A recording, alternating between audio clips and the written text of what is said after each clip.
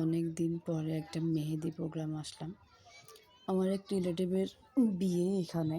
তো আমার আসার একদমই ইচ্ছা ছিল না। বাসার সবাই যেহেতু আসছে, তো আমারও আশা লাগছে, কি আর করবো। আমার কেমন জানি মানুষের ভিড়াভিড়ি একদমই ভাল লাগে না। আর এমনিতে প্রচুর গরম।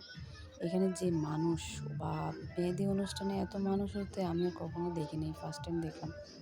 প্রচুর মানুষ হইছে আর এমনিতেই প্রচুর গরম। এত গরমের মধ্যে থাকা কেমন জানি অস্বস্তিকর লাগতেছিল। কখন যে বের হয়ে যাবো সেটাই চিন্তা করতেছিলাম। তাড়াতাড়ি করে খেয়ে 11:30টার মধ্যে বের হয়ে গেছি গা।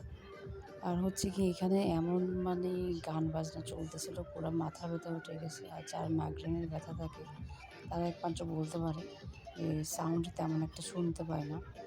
শুনতে গেলে এগুলা মাথা ব্যথা উঠে যায়, অনেক খারাপ লাগে। তো আমার সেম অবস্থা, এখানে অনেক বেশি গান বাজনা চলতেছিল।